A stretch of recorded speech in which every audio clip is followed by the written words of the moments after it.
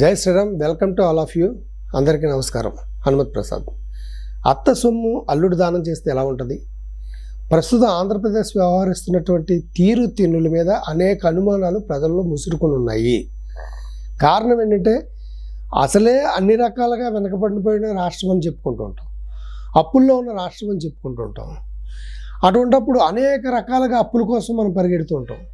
అలాంటిది విలువైనటువంటి భూముల్ని చాలా ఫ్రీగా, అంటే ఆ కారు చౌకగా చాలా ఫ్రీగా కనుక వేరే వాళ్ళకి దారాదత్తం చేస్తూ దాన్ని అభివృద్ధి నిమిత్తం మేము వాళ్ళకి ఇచ్చాము, కంపెనీలు డెవలప్ చేయడం కోసం అని చెప్పి కూటమి, ఆంధ్రప్రదేశ్లో ఉండేటువంటి కూటమి ప్రభుత్వం ప్రజల చెవిల్లో పూలు పెడుతుంది.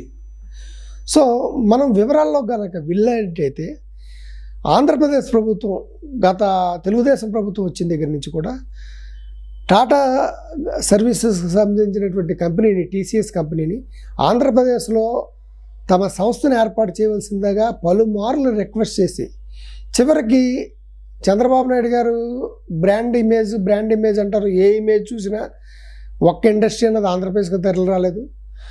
దావోస్కి వెళ్ళారు. దావోస్ పర్యటనకి పక్కన ఉన్నటువంటి తెలంగాణ రాష్ట్రానికి కోరినైనా వచ్చి ఏమో కానీ ఆంధ్రప్రదేశ్కి వచ్చినటువంటి జీరో. అక్కడ లోకేష్ బాబు గారు అన్నారు ఏమనంటే ఎవరు రావడానికి దడుస్తున్నారు, ఎందుకంటే నెక్స్ట్ టైం కానీ ఏదైనా వచ్చే గవర్నమెంట్ వస్తే మా పరిస్థితి ఏంటి అనేటువంటి విషయాన్ని ఆయనే స్వయంగా చెప్పారు. ఆ కారణాల చేత వల్ల రావట్లేదు కంపెనీలు అనేటువంటి విషయం వేసి తప్పించుకోవడానికి ప్రయత్నించారు. అంటే ఇది ఎలాగుంటే ఈ టీసీఎస్ కంపెనీస్ని ఏర్పాటు చేయాలని దృఢ నిశ్చయంతో అనేక మార్లు అక్కడికి బొంబాయి వెళ్ళడం, అక్కడ టీసీఎస్ కంపెనీ ప్రతినిధులను కలవడం. సో వాళ్ళు ఏదో పెడతారు, చంద్రబాబు నాయుడు గారు ఫేస్ వాల్యూ చూసి చంద్రబాబు నాయుడు గారికి దేశ విదేశాల్లో ఉన్నటువంటి ప్రఖ్యాతిని చూసి అనుకుంటే పప్పులో కాలేసినట్టుగానే చివరికి వచ్చి వాళ్ళు ఏ స్థితికి దిగజారిపోయారంటే, బాబు మీరు వచ్చి పెట్టుకోండి, మేము ఫ్రీగా ఇచ్చేస్తాం స్థలాన్ని, మాకు విలువైన స్థలాన్ని ఫ్రీగా ఇచ్చేస్తాం. ఎంత 21 ఎకరాల 16 సెంట్ల స్థలాన్ని కేవలం 99 పైసలకు మాత్రమే ఇవ్వడానికి చేసింది. అంటే అంత విలువైన భూముల్ని, అది సుమారు 350 కోట్ల పైచిలుకే ఉంటుంది ఆ భూముల విలువ. అలాంటి భూముల విలువని ఆల్మోస్ట్ ఆల్ ఫ్రీగా 99 పైసలకు ఇచ్చేసిందంటే ప్రభుత్వం, ఇక్కడ ఏమన్నా ముడుపులు భారీ ఎత్తున చేతులు ఏమైనా మారాయా? లేకపోతే ప్రభుత్వం ఏదైనా విధానాన్ని ప్రకటించిందా?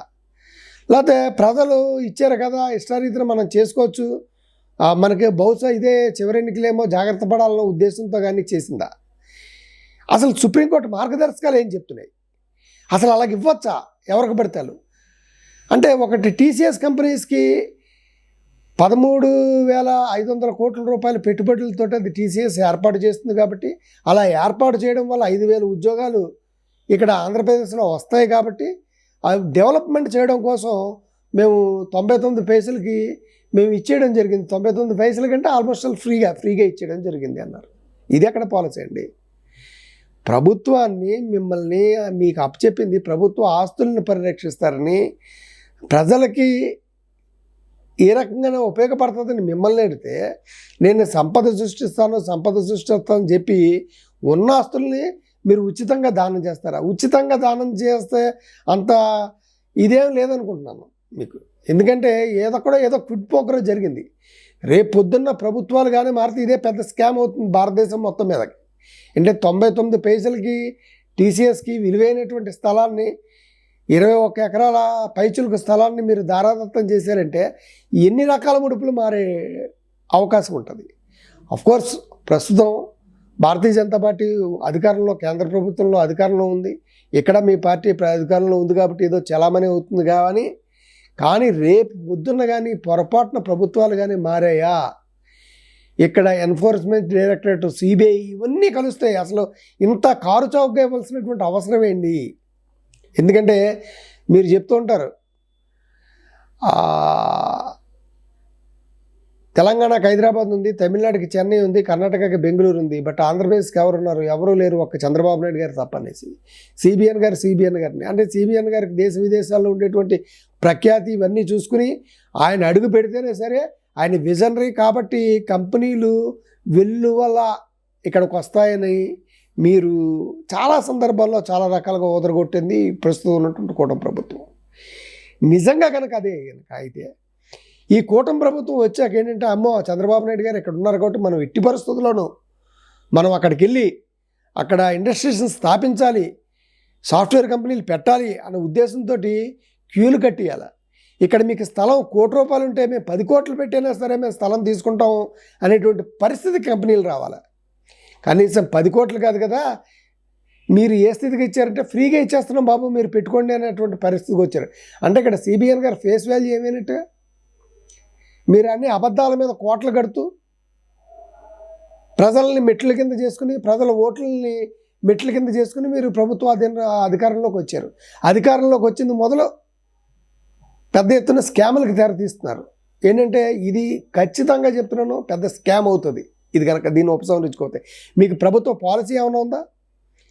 అక్కడ లోకేష్ బాబు గారు ఒక నేషనల్ మీడియాకి ఇంటర్వ్యూకి ఛానల్ ఇస్తూ మేమేంటంటే మా దగ్గరికి డైరెక్ట్గా వచ్చి డీల్ చేసుకుంటే దాని ప్రకారం మేము ఆలోచిస్తాం ఏ కంపెనీలకు ఇవ్వాలో అక్కర్లేదని. అంటే మీరు ఒక పాలసీని తీసుకొచ్చి ప్రభుత్వ పాలసీ ఈ రకంగా ఉంది, ఈ పాలసీ ప్రకారం ఏంటంటే మేము మొదట వచ్చిన సంస్థలకు మొదట ఇచ్చే రకంగా ఇస్తాము, మొదట 10 సంవత్సరాలకి ఈ రేటు మీద ఇస్తాం, తర్వాత 10 సంవత్సరాలకి ఆ రేటు మీద ఇస్తాం. ఒక పాలసీనైనా ప్రకటించి ఆ పాలసీ ప్రకారం మీరు వెళ్తే బాగుంటుంది తప్ప ఇక్కడ పాలసీ లేదు, ఏ గుడ్డు లేదు. మమ్మల్ని డైరెక్ట్గా వచ్చి మీరు కానీ చర్చించుకుని సెటిల్మెంట్ కానీ చేసుకుంటే మాకు నచ్చితే మాకు మీకు టర్మ్స్ అండ్ కండిషన్స్ కానీ ఓకే అయితే మీకు కావాల్సినటువంటి స్థలాన్ని మేము ఇస్తాము ఏదో రేటుకి. ఇప్పుడు మిగతా సంస్థలన్నీ కూడా మీరు అలాగే ఇస్తారా? ఇప్పుడు చాలా సంస్థలు వస్తాయి, ఇప్పుడు 99 పైసలకి ఇచ్చారు కదా, మాకు కూడా 99 పైసలకి ఇవ్వండి అంటాయి. ఇస్తారా మీరు?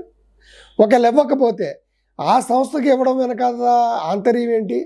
ఇక్కడ మిగతా సంస్థలు మేము పెట్టుబడి పెట్టుకుంటామన్నా ఎందుకు ఇవ్వట్లేదు అనేటువంటి కోణంలో అవి కూడా కొంచెం బురద రాయడానికి ఉంటాయి కదా. సో ప్రతిపక్షాలు సరే ఖచ్చితంగా ఎక్కడ దొరుకుతారని చూస్తున్నారు. ఇప్పుడు మీరంతా మీరు కూర్చున్న కొమ్మని చెట్టు కొమ్మమే అని మీరే నరుక్కుంటున్నట్టుగా లెక్క. మీరు అక్కడ కేంద్ర ప్రభుత్వంలో భారతీయ జనతా పార్టీ చూసి ఉంది, భారతీయ జనతా పార్టీ మీరు వాపును చూసి బల్పు అనుకుంటున్నారేమో. భారతీయ జనతా పార్టీ విధానం ఎలాగుంటుందో మీకు తెలియదు కాదు, మీ పట్ల భారతీయ జనతా పార్టీ వైఖరి ఎలాగుంటుందో కూడా మీకు తెలియదు కాదు. అది గెలిచే గుర్రాన్ని చేతి పట్టుకుని నడిపిస్తుంది భారతీయ జనతా పార్టీ. అందులో మీరు గతంలో మాట్లాడిన మాటలు వాళ్ళ మైండ్లో ఖచ్చితంగా ఉంటూనే ఉన్నాయి. ఎందుకంటే ప్రస్తుతం వాళ్ళకి మీ అవసరం ఉంది కాబట్టి ఇలా ఉన్నారు తప్ప మీ అవసరం తీరిపోగానే రేపు పొద్దున్న వాళ్ళే తాడే పామై కరిచినట్టుగా వాళ్ళే ఈడీలకి సిబిఐలకి కూడా ఆదేశించి మీ మీద ఈ విషయం మీద టీసీఎస్కి 99 పైసలకి మీరు ఎలాగిచ్చారు అనేటువంటి విషయం మీద కూపిలాగే అవకాశం ఉంది. ఇక్కడ ఏమైనా క్విట్ ప్రోగ్రా జరిగిందా?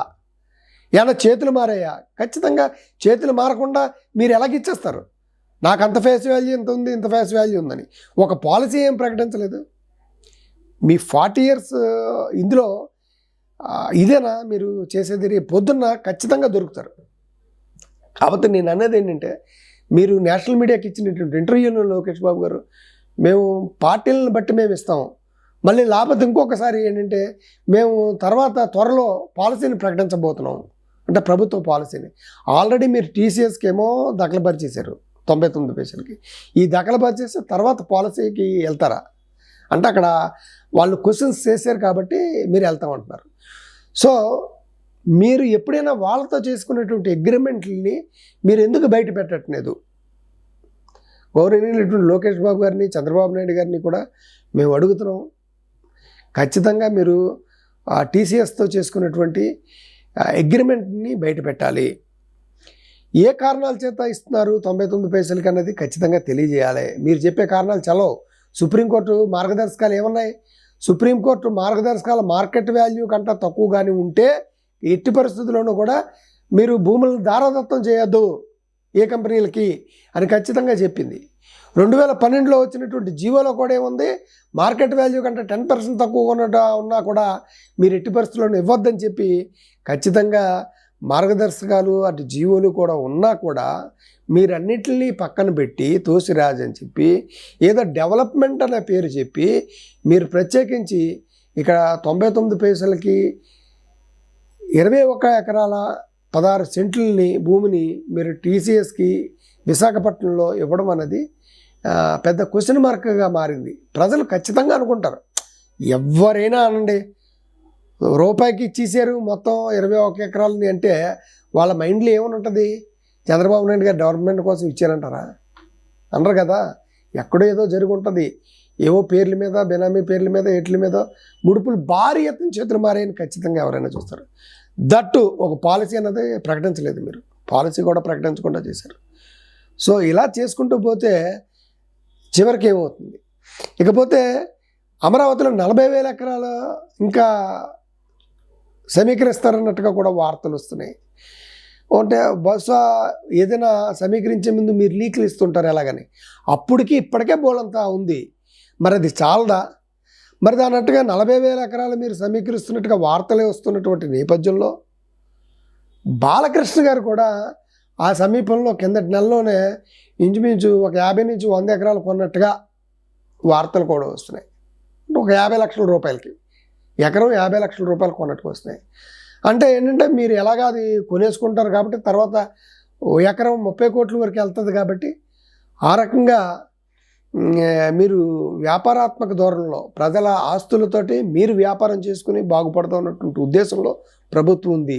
ప్రభుత్వం అన్నది ప్రజలకి సేవ చేయడం కోసం కానీ ప్రజల సొమ్ముల మీద వ్యాపారం చేసోగా లేకపోతే ప్రజల సామ్యాన్ని కైంకర్యం చేసో ఒక కలరింగ్ ఇచ్చేసి ప్రజలకి మేము మీకోసమే చేస్తున్నామని చెప్పి మీరు కిడ్పోకర్కి పాల్పడుతున్నారు అన్నటువంటి సందేహాలు అయితే బలపడుతున్నాయి. త్వరలో చాలామంది కోర్టులో కేసులు ఫైల్ అయ్యేటువంటి అవకాశాలు కూడా నిండుగా ఉన్నాయి ఈ విషయం మీద. అంటే ఎవరు డైజెస్ట్ చేసుకోలేకపోతున్నారు అంత తక్కువ కావడం ఏంటని. అందులో చంద్రబాబు నాయుడు గారు ఉండేటువంటి ఆంధ్రప్రదేశ్ రాష్ట్రంలో ఆయన్ని చూసి వెల్లువెత్తుల కంపెనీలు వస్తాయనుకుంటే ఒకటి రాలేస్తారు కదా. ఒకవేళ వచ్చినా కూడా చంద్రబాబు నాయుడు గారు ఎకరం ₹1,00,00,000 ఉందంటే 2 కోట్లకు కానీ తక్కువ కోవను అంటే వాళ్ళు వచ్చి తీసుకోవాలి.